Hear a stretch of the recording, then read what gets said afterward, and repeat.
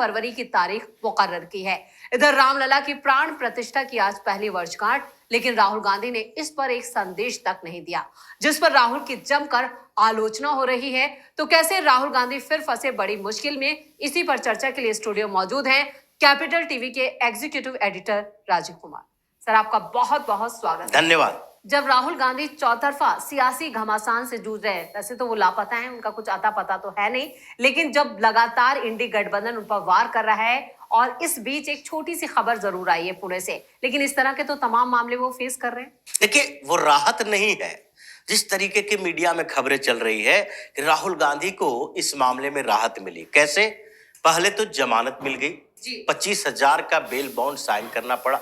मोहन जोशी, जो कि महाराष्ट्र के कांग्रेस के नेता है, वो इनके जमानतदार बने, और इस जमानत के कारण कहा जा रहा है कि इनको राहत मिली। दूसरे स्तर पर यह कहा जा रहा है कि इनको अब पेशी से, यानी व्यक्तिगत पेशी से छूट मिल चुकी है और वो आगे पेश होने की जरूरत उन्हें नहीं पड़ेगी। लेकिन ये दोनों मामले अगर गंभीरता से देखें कि कोर्ट में हुआ क्या, तो ये लगता है कि राहुल गांधी की मुसीबत बढ़ गई है। वो राहत नहीं कह सकते इसको, इनकी राहत नहीं थी, क्योंकि पुणे की अदालत ने उन्हें व्यक्तिगत रूप से पेश होने की बात कही थी। अब इनके पास उपाय क्या है? तो इनके जो वकील हैं पवार साहब, मिलिंद पवार ने कहा कि देखिए, राहुल गांधी अभी लीडर ऑफ अपोजिशन है, उनकी सिक्योरिटी टाइट है, काम भी है, लेकिन उनके सुरक्षा के कारणों को देखते हुए अगर वो दिल्ली से पुणे आएंगे तो संसाधन भी ज्यादा लगेंगे और उनकी सुरक्षा को भी खतरा देखा जा रहा है। तो इसलिए व्यक्तिगत रूप से उनको पेश होने से छूट देने की इजाजत दी जाए, और उन्होंने व्यक्तिगत छूट मांगी। लेकिन चूंकि पेश होना था, राहुल गांधी को अपनी बात रखनी थी, इसीलिए जज इस बात के लिए हामी नहीं भर रहे थे कि नहीं, एक दिन पहले से ये बात चल रही थी कि नहीं, ऐसा नहीं होगा कि राहुल गांधी सामने आए ही नहीं, आप कोई दूसरा विकल्प देख सकते हैं। इसलिए इन्होंने एक और विकल्प देखा, क्योंकि राहुल गांधी अभी जब हिंदुस्तान में है ही नहीं, तो व्यक्तिगत रूप से पेश होने की बात कैसे होती? व्यक्तिगत पेशी तो तब होगी जब राहुल गांधी यहां रहेंगे। लेकिन बहाना बनाया गया कि भाई लीडर ऑफ अपोजिशन है, नेता प्रतिपक्ष है, उनकी सुरक्षा और तेज कर दी गई है, बढ़ा दी गई है, मजबूत कर दी गई है, तो इस कारण से सुरक्षा कारणों से उनके लिए आने का समय बदला जाए, और ऐसा नहीं है कि व्यक्तिगत तौर पर आकर ही कुछ कर सकते हैं। तो जब जज ने दूसरे विकल्प की बात की और बार बार इस पर बहस हुई, तो उन्होंने कहा कि एक दूसरा उपाय है जो इतना तामझाम भी बच जाएगा और राहुल गांधी व्यक्तिगत तौर पर नहीं आए, लेकिन वीडियो कॉन्फ्रेंसिंग में वो शामिल हो सकते हैं। इसलिए इस मामले में वीडियो कॉन्फ्रेंसिंग से ये सुनवाई हुई, और जब वीडियो कॉल किए गए तो राहुल गांधी अब दिल्ली में हो, वियतनाम में हो, चीन में हो, यूएस में हो, यूके में हो, कहीं हो, वीडियो कॉन्फ्रेंस की सुविधा तो हर जगह है, नेट तो है ही, मोबाइल है ही। तो इसलिए राहुल गांधी जो वीडियो कॉन्फ्रेंस से सामने आए, कोर्ट की सुनवाई में हिस्सा लिया, इसको भी व्यक्तिगत पेशी ही कहा जाता है। व्यक्तिगत रूप से आप पेश हुए। कई ऐसे बहुत सारे अपराधी हैं जिनको सुरक्षा के लिहाज से जेल से कोर्ट तक नहीं लाया जाता है, बल्कि जेल में ही उनसे वीडियो कॉन्फ्रेंस के थ्रू सुनवाई हो जाती है। कई ऐसे मामले हैं, यहां तक कि शराब घोटाले में मनीष सिसोदिया की पेशी भी कई बार ऐसी हुई, अरविंद केजरीवाल की पेशी भी हुई। क्यों? क्योंकि कहा गया कि भाई वहां से यहां लाने में खर्च ज्यादा हो जाता है, जेल से पूरे सिक्योरिटी सिस्टम के साथ यहां लाया जाए, फिर उनको वापस भेजा जाए जेल के अंदर। तो इतना तामझाम से बढ़िया है कि वीडियो कॉल से ही हम सुनवाई कर लेंगे। अब राहुल गांधी के वकील तो ये मान रहे थे कि हम यही अगला विकल्प देंगे, क्योंकि राहुल गांधी हिंदुस्तान में है नहीं और वीडियो कॉन्फ्रेंस से तो कहीं से भी जुड़ सकते हैं। तो ऐसे में वीडियो कॉन्फ्रेंस से सुनवाई हुई। 20 मिनट तक राहुल गांधी वहां वीडियो कॉल पर उपस्थित रहे और उन्होंने अपनी बात बताई, जिसमें कहा कि हमने ये डायरेक्टली नहीं कहा था, ये मामला जो है लंदन का है।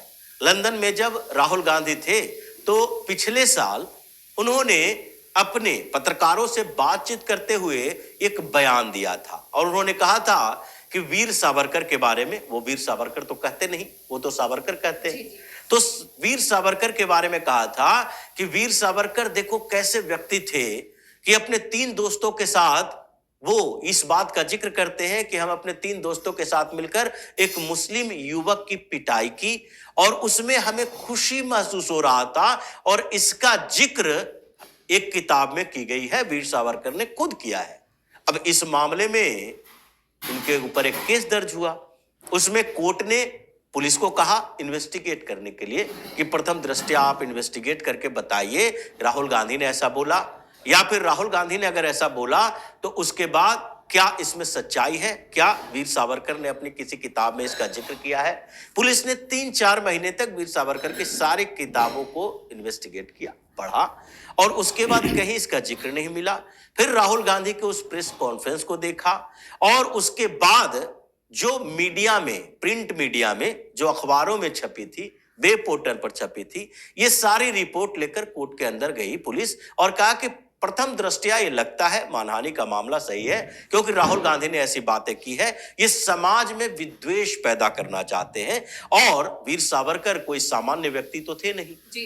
वो हिंदू आइडियोलॉग जिसे कहा जाता है, ये हिंदुत्व के आदर्श पुरुष सिर्फ नहीं थे, बल्कि उन्होंने स्वतंत्रता संग्राम में बड़ी भूमिका निभाई है। काला पानी की जिन्हें सजा मिली, ये इन चीजों को इग्नोर करके रखते हैं कि 1857 में जब सिपाही विद्रोह सब लोग कर रहे थे, तो उस समय वीर सावरकर की किताब ही है जिसने भारत का प्रथम स्वतंत्रता संग्राम कहा 1857 के विद्रोह का।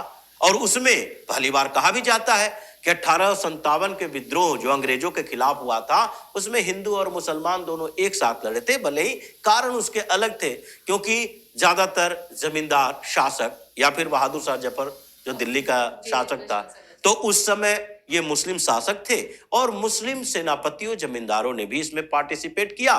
तो मुसलमानों को भी लग रहा था कि फिर से मुगलिया सल्तनत की पुनर्स्थापना होगी, दिल्ली से शासन चलेगा, तो दोनों एकजुटता दिखाई पड़ी। उसी के बाद से ब्रिटिश सरकार ने डिवाइड एंड रूल की नीति अपनाई कि मुसलमान और हिंदुओं को यहां तोड़ो, नहीं तो एकजुट होगा, तो उस एकजुटता के बाद हमारी परेशानी बढ़ जाएगी, हमारे खिलाफ फिर से एक बड़ा आंदोलन हो सकता है। लेकिन वीर सावरकर की बड़ी भूमिका थी, जो उन्होंने आइडेंटिफाई किया कि ये छोटा मोटा सिपाहियों का विद्रोह नहीं था, ये ब्रिटिश हुकूमत के खिलाफ विद्रोह था। इतिहास को एक मोड़ दिया और ऐसे स्वतंत्रता संग्राम में इनकी बड़ी भूमिका है। राहुल गांधी ने उस व्यक्ति का अपमान किया और बार बार अपमान करते हैं। तो जो अदालत में सुनवाई चली उसमें 20 मिनट तक राहुल गांधी से इन्हीं बातों पर चर्चा की गई। अपमान तो यहाँ पर रामलला का भी वो अक्सर करते आए हैं और आज भी ऐतिहासिक दिन है, लेकिन इस दिन भी वो यहाँ पर एक चूक कर गए, एक संदेश, एक छोटा सा ट्वीट भी नहीं। देखिए, अपमान करने की तो इनकी आदत है, इसलिए इतने मानहानि के मुकदमे। जैसे इस मामले में जो अभी बात की जा रही है इस बात के लिए कि राहत मिली है, कैसे राहत नहीं मिली है, वो 20 मिनट के अंदर राहुल गांधी को समझ में आ गया। 20 मिनट तक वो पेश जब हुए तो ये जमानत पर तो सुनवाई हुई, जमानत दे दी गई, परमानेंट इनको आने से स्थायी तौर पर जो छूट देने की बात की गई है उस पर भी चर्चा हुई। और तीसरी मांग जो ये थी कि राहुल गांधी फिर से ऐसी बात ना बोले, इसके लिए कोर्ट से कोई आदेश मिले। इन मामलों में सुनवाई होने के बाद राहुल गांधी को ये नहीं कहा गया कि आप आएंगे ही नहीं, क्योंकि एमपी एमएलए कोर्ट है। देखिए कितना समय है, 18 फरवरी को, तो कितना समय है, ये ज्यादा समय नहीं दिया जा रहा है, 1 महीना 1.5 महीना। तो जज ने कहा कि देखो ये जल्द ही इस मुकदमे पर फैसला आएगा, तो अब राहुल गांधी की व्यक्तिगत उपस्थिति उसी समय होगी जब इस मुकदमे का फैसला हम देंगे। तो इसलिए राहुल गांधी के उस फैसले के बीच अब ज्यादा अंतर नहीं है, मार्च तक ये फैसला आ जाएगा। स्टेटमेंट दोनों तरफ से जारी हो चुका है। एविडेंस जो वीडी सावरकर की तरफ से दिया गया है वो डिजिटल एविडेंस, कुछ गवाह जिन्होंने राहुल गांधी के डायरेक्ट प्रेस कॉन्फ्रेंस को सुना था, और उसके बाद कुछ प्रिंट मीडिया के कटिंग है और पुलिस की वो रिपोर्ट है। अब इनको डिफेंड करना है कि हमने वो बोला था तो गलती से बोल दी थी, हम माफी मांगने के लिए तैयार है, या फिर हम सुनी सुनाई बातें बोल रहे थे, हमने कभी पढ़ा नहीं था। तो अब राहुल गांधी को इससे बाहर निकलना है, नहीं निकलेंगे तो 2 महीने के अंदर सजा होगी और उसमें तो उपस्थित होना पड़ेगा। 20 मिनट तक ये गिड़गिड़ाते रहे इसी बात को लेकर कि हमें फंसाने की कोशिश की जा रही है।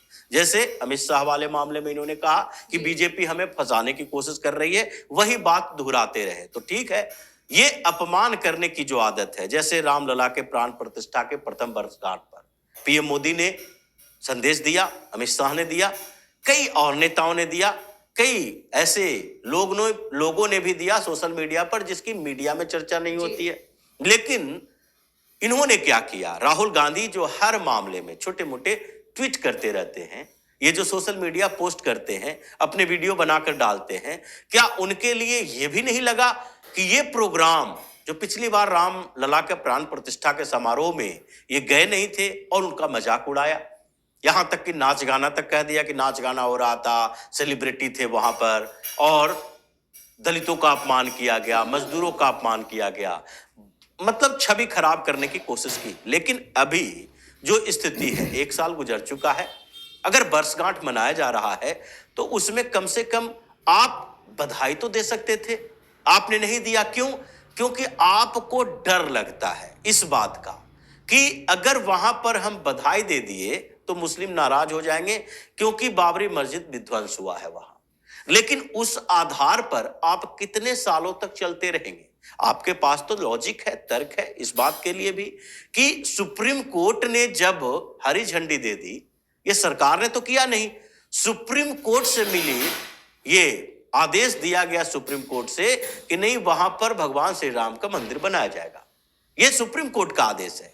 भारतीय जनता पार्टी एक क्रेडिट लेती है, सरकार ये क्रेडिट लेते हैं इस बात के लिए कि हमने उसे बेहतर तरीके से बनाने में अपनी भूमिका निभाई, आयोजन बेहतर किया।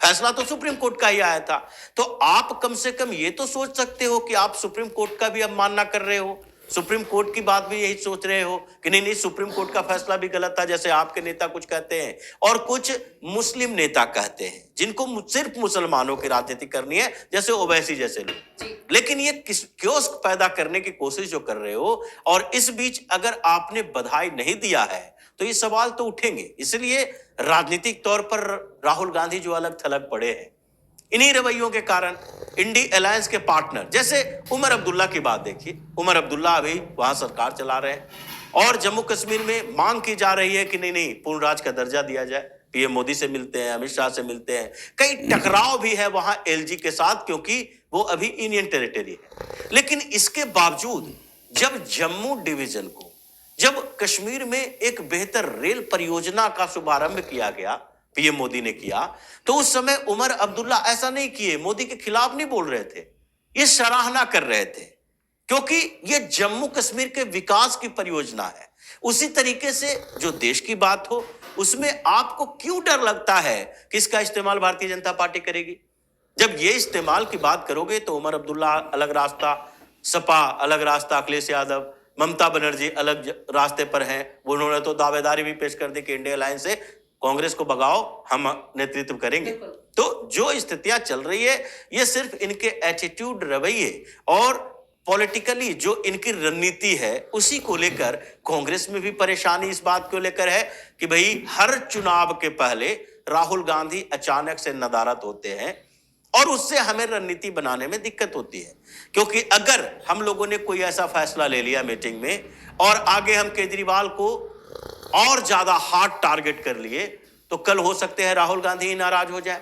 तो सब बैठकर अगर रणनीति बनाएंगे, एक लाइन तय किया जाएगा कि हमें दिल्ली चुनाव इस लाइन पे लड़ना है, कितना भाजपा को टारगेट करना है, कितना आम आदमी पार्टी को टारगेट करना है, तो उसके आधार पर आगे रणनीति बनेगी। तो जैसी स्थिति राहुल गांधी की है इन दिनों, उससे तो लगता है कि ये धीरे धीरे कांग्रेस में पिछड़ते जा रहे हैं।